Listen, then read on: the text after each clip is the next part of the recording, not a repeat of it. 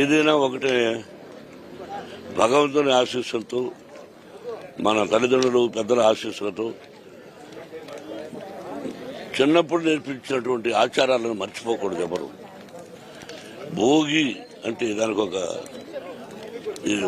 అర్థం ఉంది, అలాగే పెద్ద పండగ అంటే దానికి ఒక అర్థం ఉంది.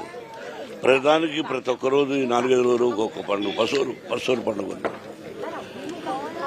పాత ఆచారాలను మర్చిపోకుండా ఆ సంస్కృతిని గౌరవిస్తూ మనం ఇలా భోగి చేసుకుని, చాలా మంది తెలియదు భోగి అంటే ఎందుకు. బలిచక్రవర్తి పాతాళంలో ఉంటాడు, ఆయన రోజు బయట వస్తాడు. ఆ విభూది, ఆ బూడిద చేస్తూ ఇక్కడ పెట్టుకోవాలి, ఆ నీళ్లు మనం తలస్నానం చేయాలి, మనకున్న కష్టాలు పాపాలన్నీ పోతాయని ప్రసిద్ధి. అందుకని అందరూ యువతగా నేను